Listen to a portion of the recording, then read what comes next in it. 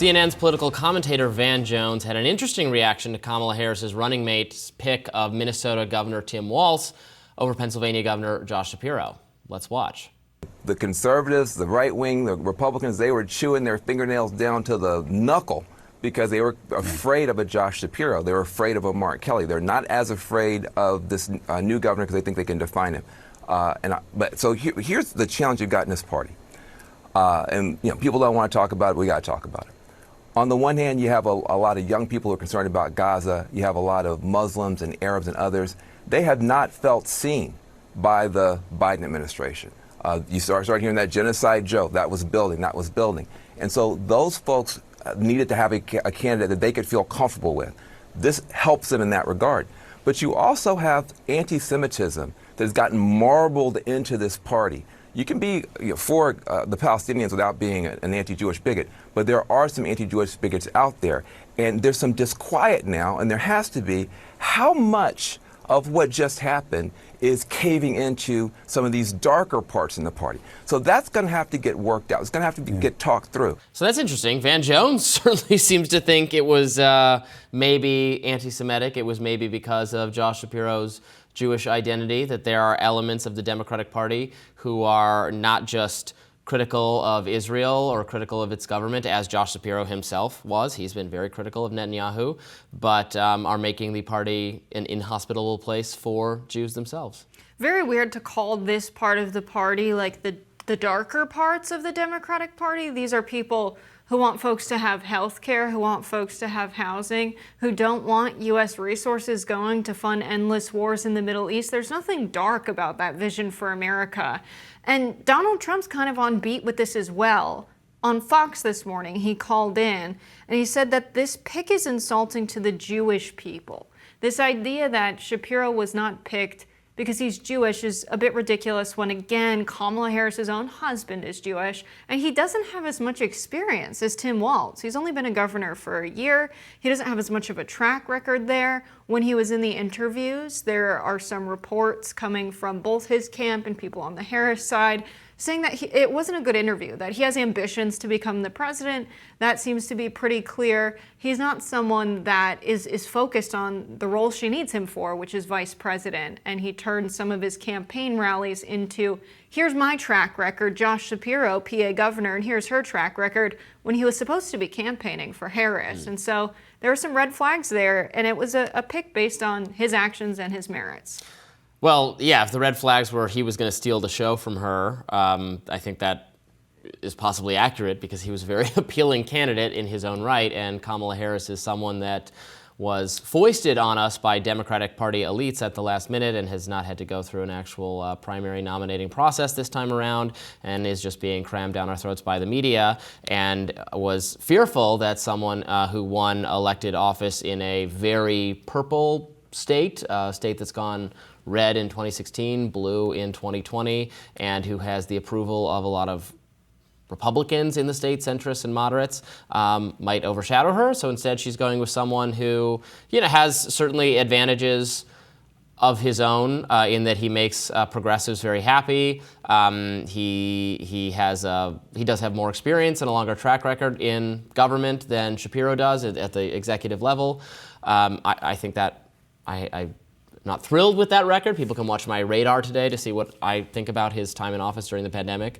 But at the end of the day, no one knows exactly why Kamala Harris made the choice she made, except for Kamala Harris, and she doesn't have to explain it any more than that. It's her pick. It might have been a personality thing. It might have been she just got along better with Tim Walz or whatever it is. Maybe Josh Shapiro wanted to stick it out, actually. He's new to being governor of Pennsylvania and thought he should be better off finishing off his term. Could be a variety of things. Kamala Harris explained why she picked Tim Walz at her campaign event yesterday. But the actual reason, who knows?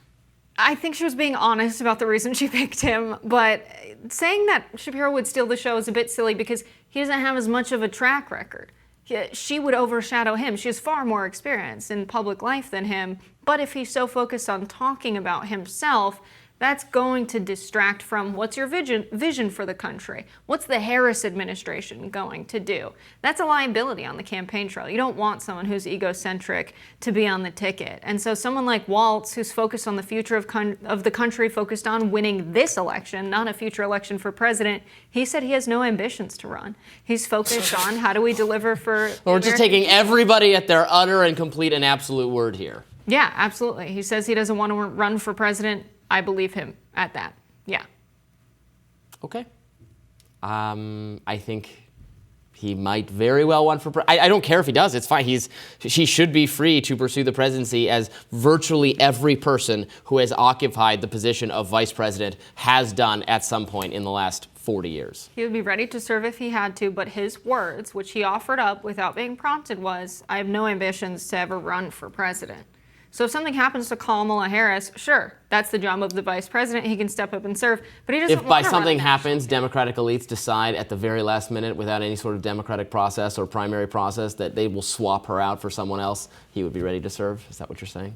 Well, if Kamala Harris decided to step down because she was experiencing cognitive decline, yes, it would be the vice president who takes over. That's how the Constitution lays it out, Robby. And has the vice president taken over during this cognitive decline under the constitutional process for having a president be incapacitated and removed by his cabinet and replaced with the vice president? Have we done that? Biden, we have not done that. He has stepped down from running for president. He's not stepped down from the presidency. So I get that you want that, Robby, because you have different political agenda for the country. But Joe Biden, I'm not the one here who's forcing my political agenda on the country. I'm not a supporter of Joe Biden or Kamala Harris or Donald Trump or J.D. Vance or Tim Walz or any of these people. I'm just trying to call it like I see it. Sure, and Robby. If he's not he's not capable of running for president, I don't think he's capable of being the president right now. That's my controversial hot in the take. spirit of taking everyone at their word, I believe you, Robby. But the point is Joe Biden, in his old age, doing two jobs, campaigning full-time and serving as president of the United States, it was a decision he made that it's too much for him. He's finishing out his term, and Kamala Harris is our pick. It's something that the majority of people in the country supported and the majority of Democrats supported. Tim Walz being the pick, I think, is a good decision. He's the kind of guy that's going to win in red districts. And just because he's not Jewish people should not be insulted by the ticket, as Donald Trump said. It's just grasping at straws to say that picking Tim Walz over someone who is Jewish is insulting to the Jewish community. That's like saying picking a white guy over a black woman is insulting to the black community. And it's the same people that are mad about DEI that are saying that this is insulting. Yeah. Again, I don't like DEI stuff. I don't think he should have been picked because he was Jewish. I think he should have been picked because he's the popular governor of the pivotal swing state. I think if Tim Walz was the governor of Pennsylvania and was as popular with Republicans and moderates in Pennsylvania as Josh Shapiro is, it would make absolute sense to pick him independent of their other political positions. But it's fine. They picked whoever they picked. It's fine. Call it like you see it, Robby. What do you make of the pick being insulting to the Jewish people? Trump's statement. I think they are saying that because of the idea they have that he was passed over because of the radical pro-Palestinian activists not wanting someone, not because he's Jewish, I disagree with that, but because he is perceived, I'm not sure correctly, as being more pro-Israel than the alternatives, even though they all have the same policies, and Kamala Harris is extremely pro-Israel and just as pro-Israel as Biden. So we have Tim Walz, who served 24 years in the National Guard, and then we have Josh Shapiro, who literally served in the IDF.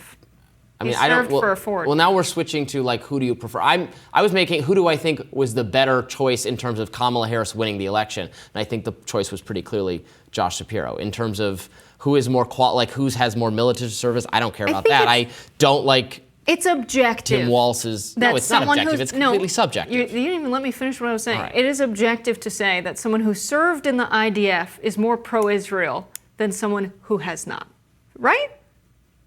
I think Josh Shapiro is more pro-Israel than. So then Tim it's Walz. not just the perception of the pro-Palestinian. I think he's more pro-Israel, although I think his policies for sure make no difference. He favors the same policies as Kamala Harris and Tim Walz with respect to Israel, right? Do any of those people disagree on whether Israel should be supported and funded by the U.S.? I don't think so.